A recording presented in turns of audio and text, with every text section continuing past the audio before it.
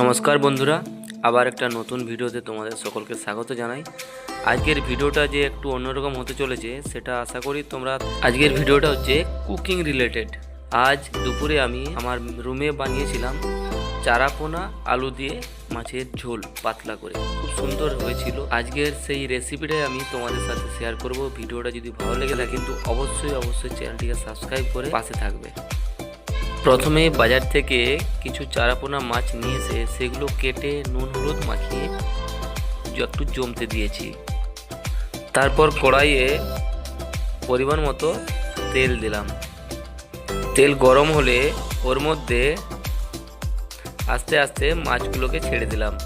মাছগুলো ভালো করে ভাজা হলে পরে একটি থালাতে সেগুলো নামিয়ে নিলাম। এরপর আলুকে লম্বা করে কাটতে হবে। আমি আগেই কেটে নিয়েছি, তোমরা দেখতে পাচ্ছ বন্ধুরা। পরিমাণ মতো আলু কেটে নিয়েছি, আমরা দুজনে খাবো সেই মতো কেটেছি। তারপর কড়াইয়ে তেল গরম করতে দিয়েছি। গরম হলে পরে তার মধ্যে আলুগুলো ঢেলে দিলাম। এরপরে এই আলুর সাথে কিছুটা নুন যোগ করলাম। এবার নেড়ে দিলাম একটু।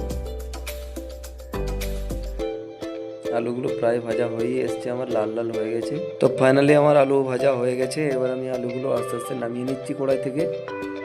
গ্যাসে আবার কড়াই চাপালাম, তেল দিলাম আর সঙ্গে দিলাম পাঁচফোড়ন, তেজপাতা। এবার পেঁয়াজ দিলাম। পেঁয়াজটা ভালো করে ভাজতে লাগলাম। নুন দিয়ে দিলাম যাতে পেঁয়াজটা তাড়াতাড়ি গলে যায়। পেঁয়াজটা বাদামি রং ধারণ করেছে। এবার তার মধ্যে আদা আর রসুনের বাটা পেস্ট দিয়ে দিলাম। মশলা ভালো করে ভাজা হলে ওর মধ্যে কিছুটা জল আমি এখন যোগ করছি। ভালো করে নেড়ে নিলাম। এবার ওর মধ্যে আমি কিছু পরিমাণ মতো হলুদ গুঁড়ো, পরিমাণ মতো জিরে গুঁড়ো এবং পরিমাণ মতো ধনে গুঁড়ো যোগ করলাম। আর রঙের জন্য হালকা করে কাশ্মীরি লঙ্কার গুঁড়ো আমি এতে যোগ করছি। এবার ভালো করে নাড়িয়ে নিলাম। শুকনো লঙ্কার গুঁড়ো কিন্তু আমি খাই না, এতে শরীরের খারাপই হয়। আমি কাঁচা লঙ্কা খাই। এরপরে এর মধ্যে কেটে রাখা লঙ্কা দিয়ে দিলাম। তারপর লো ফ্লেমে ভালো করে মশলাটা কষে নিলাম। এখন মশলাটা আমার তেল ছেড়েছে। এবার তার মধ্যে ভেজে রাখা আলুগুলো দিয়ে দিলাম। গ্যাসটাকে লো ফ্লেমে রেখে ভালোভাবে কষতে থাকলাম। ভালোভাবে কষা হলে পরে ওর মধ্যে পরিমাণ মতো জল ঢাললাম। যে পরিমাণ ঝোল হবে সেই পরিমাণ জল ঢাললাম। আমরা দুজন আছি, তাই আমাদের প্রয়োজন মতো ঝোলের জন্য আমরা জল ঢাললাম। তোমরা যেমন খাবে সেই মতো জল ঢালবে। ঝোল ভালোভাবে ফুটলে পরে তার মধ্যে ভেজে রাখা মাছগুলো দিয়ে দিলাম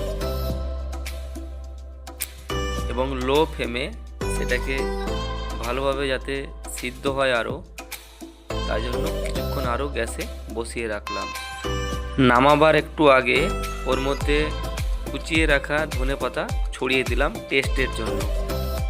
তো ঝোলটা কিন্তু লো ফ্লেমে অনেকক্ষণ থেকেই ফুটছে, কালারও চলে এসেছে। এবার একটু টেস্ট করে দেখব নুন ঝাল সব ঠিকঠাক আছে কি না। ফাইনালি টেস্ট সাকসেসফুল, নুন ঝাল সবই ঠিক আছে। কালারটাও বেশ লাগছে দেখতে। আমার তো দেখেই যেন খিদে পেয়ে গেছে। তারপরে যাই হোক, নিজের হাতের রান্না। ফাইনালি আমাদের চারাপোনার ঝোল কিন্তু রেডি পাতে যাওয়ার জন্য।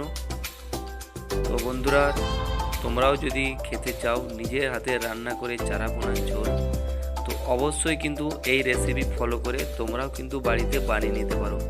আর বন্ধুরা, সবার শেষে একটাই অনুরোধ, যদি ভিডিওটা ভালো লেগে থাকে তাহলে অবশ্যই চ্যানেলটিকে সাবস্ক্রাইব করে আমার পাশে থেকো।